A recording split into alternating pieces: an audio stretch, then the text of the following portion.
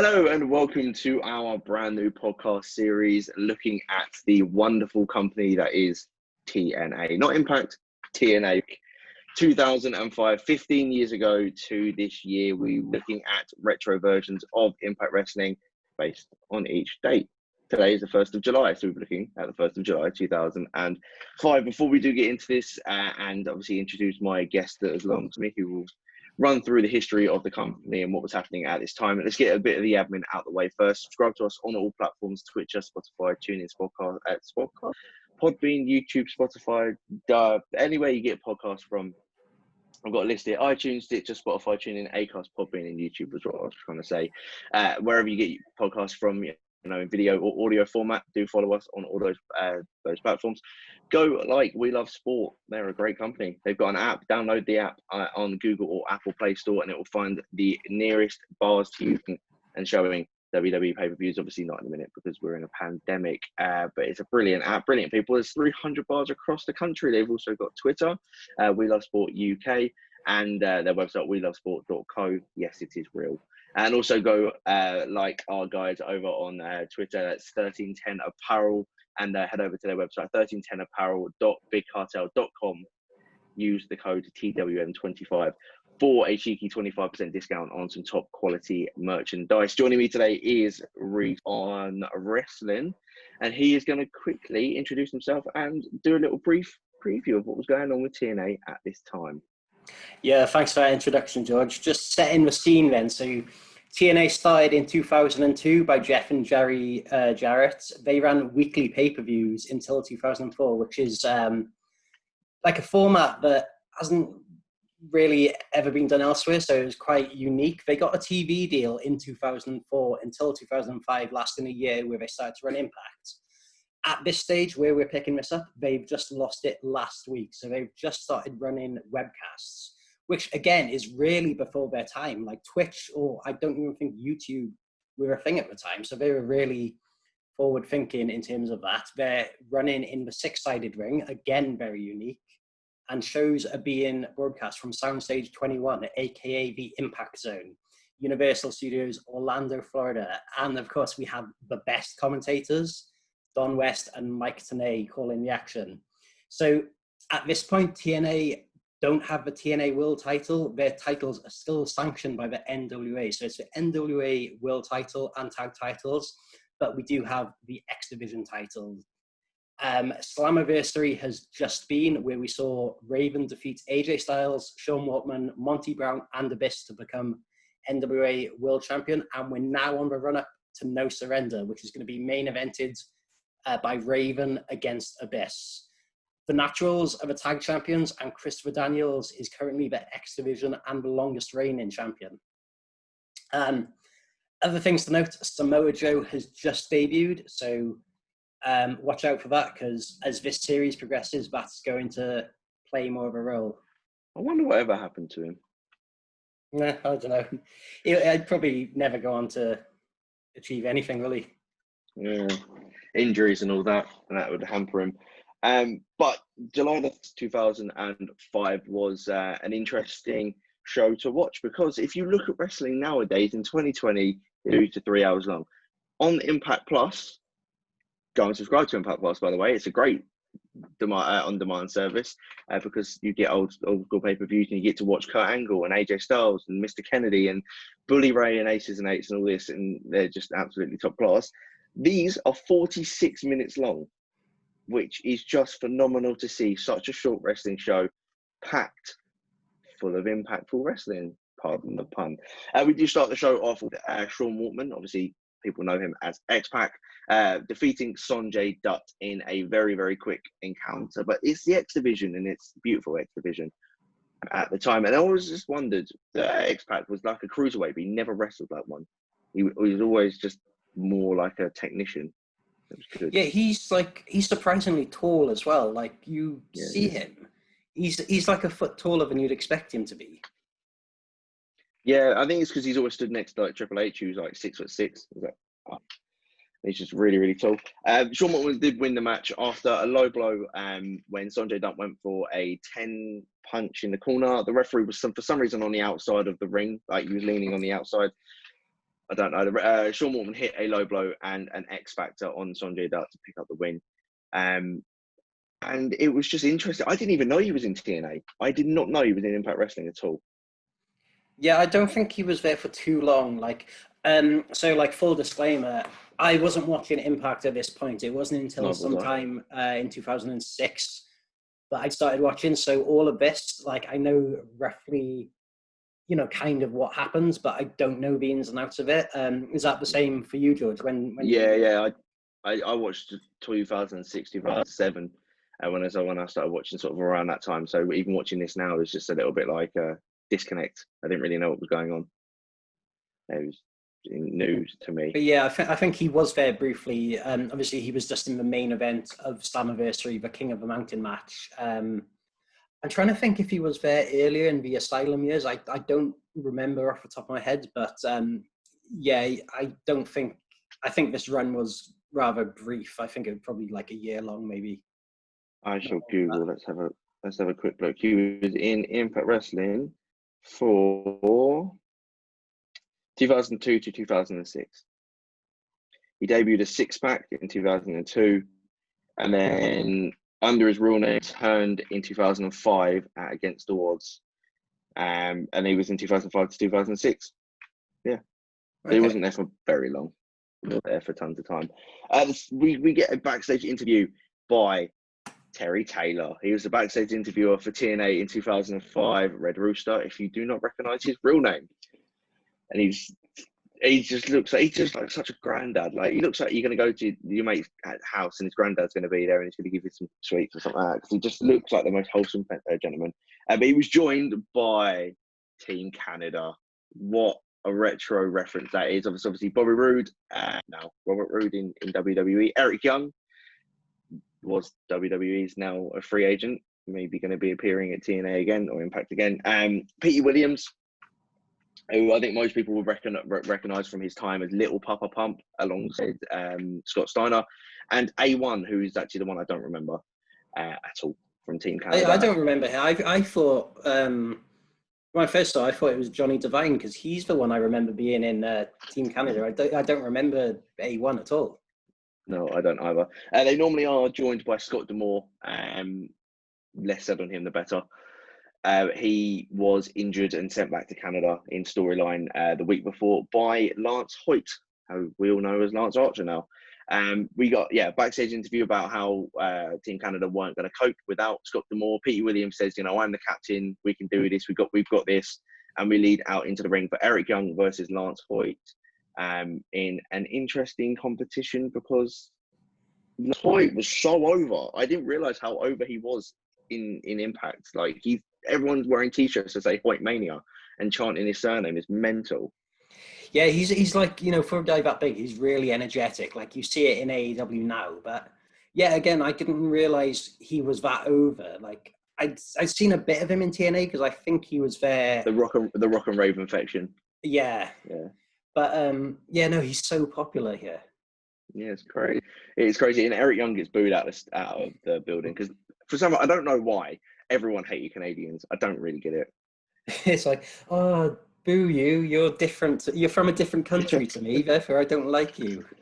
It's like the American version of Welsh people not being too fond of English people. That's basically what it is. Hoyt picks up with a big boot to Eric Young, despite some outside interference from Petey Williams. The rest of Team Canada come down and start a 4-on-1 attack before the Naturals run off Team Canada, and that is, I did write their names down. I need to remember it now. I've forgotten. Chase Williams and Chase Stevens and Adam Douglas. I had to Google the names. They were the Naturals. They were at the time the NWA Tag Team Champions, and I think managed by Jimmy Hart, which was pretty interesting. Yeah, pretty random. Like, I always remember Shane Douglas being their manager. So I was quite surprised to see Jimmy Hart there.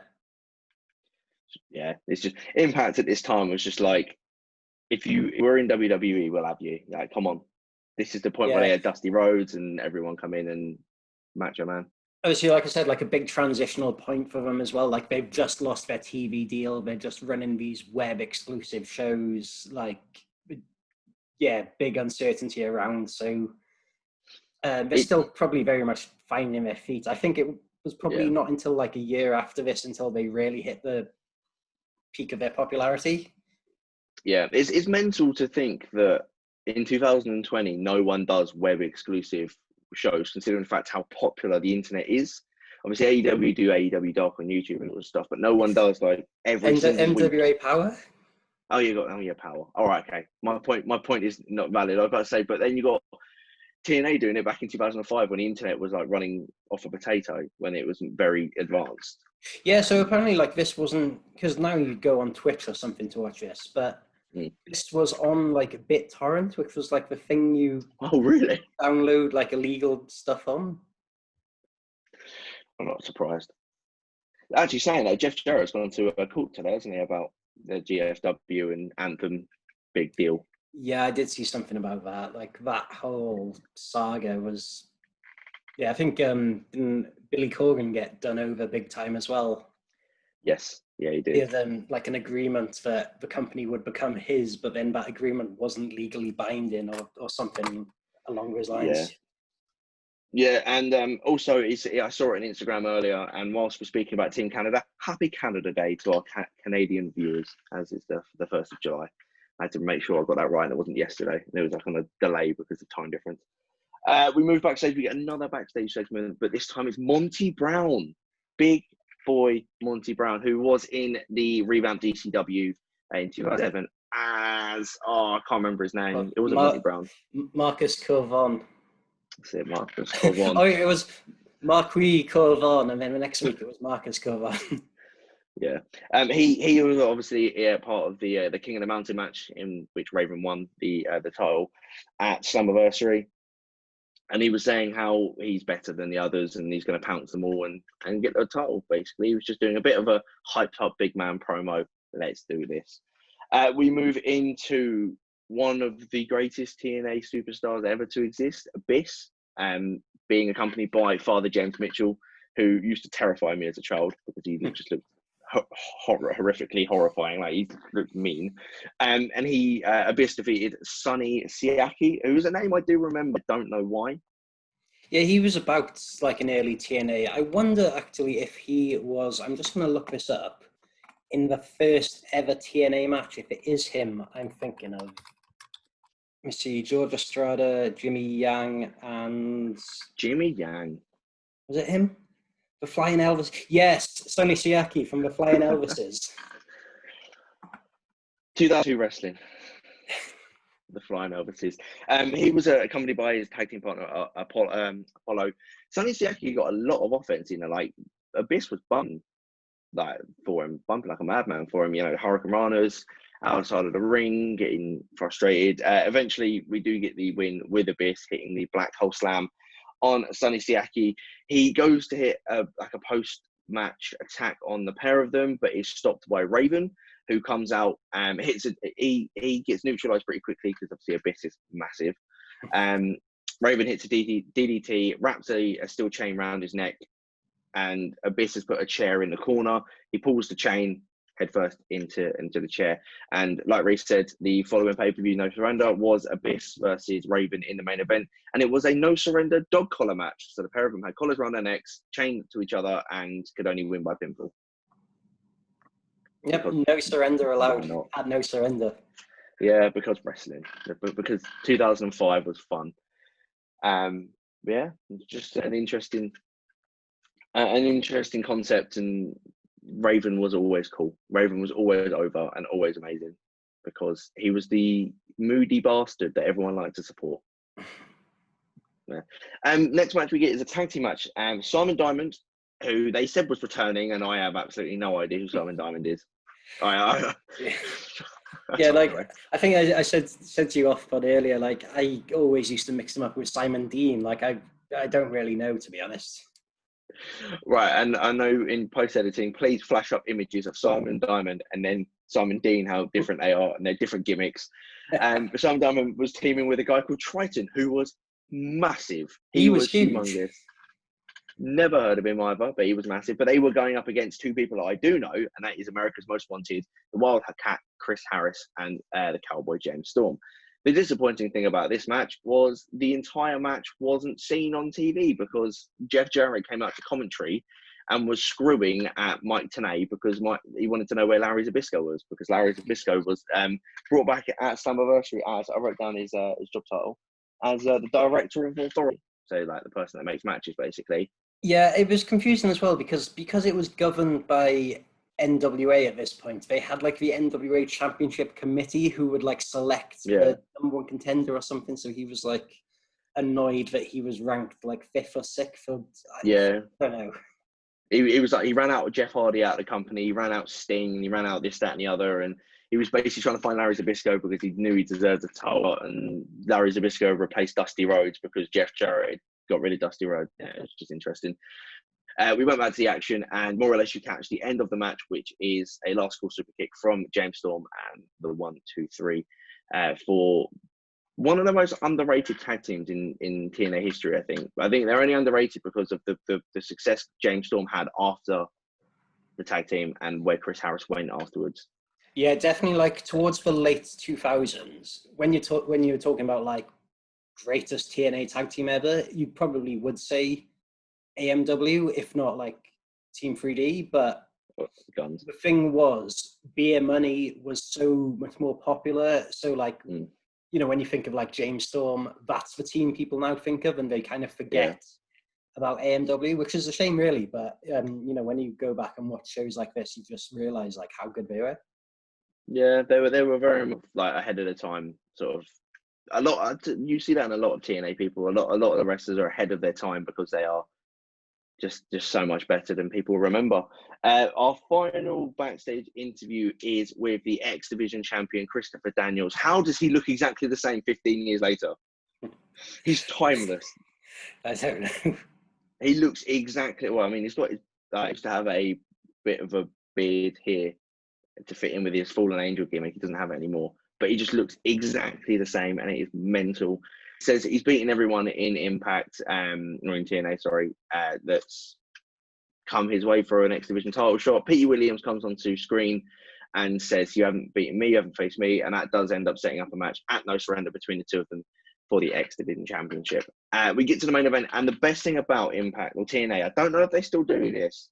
If they do, they're the best company. Mike Tenay says specifically there is no commercial breaks during this match, and it's the main event. So they prioritize the main event. Yes, it's only 9 minutes long, but that no commercial breaks in a main event is how you're meant to do wrestling. You're not meant to do it. Like, I was watching AJ Styles versus Daniel Bryan, the IC title match from a couple of weeks ago, and there's like 4 ad breaks in that. Just let it run its course. Let everyone see every bit of action. But it was AJ Styles going against Alex Shelley, a pre-Motor City Machine Guns Alex Shelley, and a just recently lost the title AJ Styles because of Sean Waltman.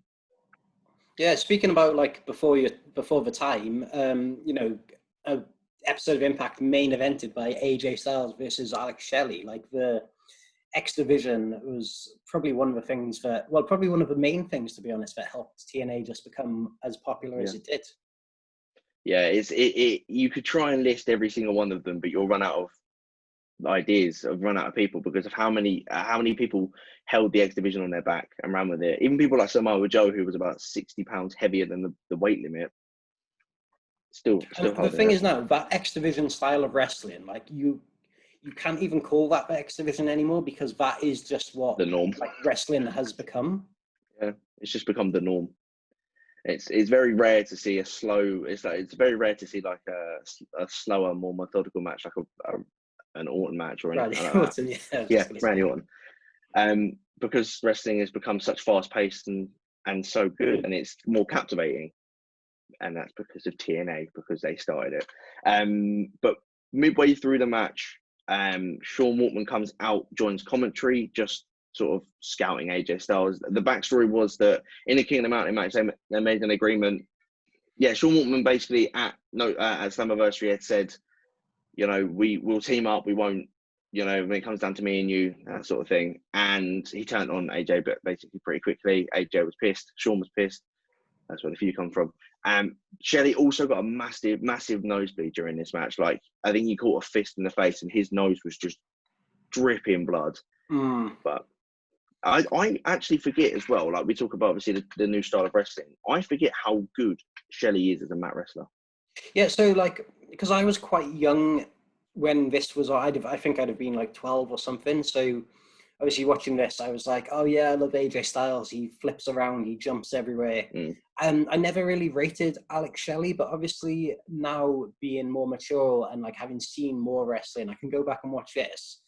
And now I see like how good he was with all this, like, you know, kind of like some of those things he was doing, like the transitions and like the holds and stuff. Like I'd never seen some of those before. Like he's incredible. Yeah, he was very mat based, but then we saw that less as he moved into tag team wrestling, and when he was with Saban as the Guns and with Kushida as the Time Splitters, they were much more fast paced drop kicks, that sort of stuff, and lots more team moves. But Styles did pick up the win with the Styles Clash in a really beautiful transition. He transitions into this move so well from any position. He can always do it, and he's like in a roll up, rolls backwards, picks him up, hits the Styles Clash, 1, 2, 3. Waltman comes into the ring to confront him, and it's separated by Jerry Lynn. So another icon of the business is there, and he ends up being the special guest referee between the two of them, and no surrender. But a very good 46 minutes of wrestling, and a great thing to do this morning and sit and watch it because we love wrestling. Yeah, managed to, like, you forget just how short it is as well. They seem to pack in so much, and I don't know, I don't think it feels too rushed either. Like it's like an hour of, well, with the ads it would have been an hour, but for us it's like 45 minutes of just non-stop adrenaline. Yeah, and the thing is as well that they were squash matches because they needed to be squash matches. Like Abyss squashed Sonny Siaki because he needed to, because he wanted to get over as the credible challenger for Raven. Lance Hoyt needed to squash Eric Young to sort of prove his dominance over him, as well as keep the storyline going, because he was the one that injured Scott D'Amore.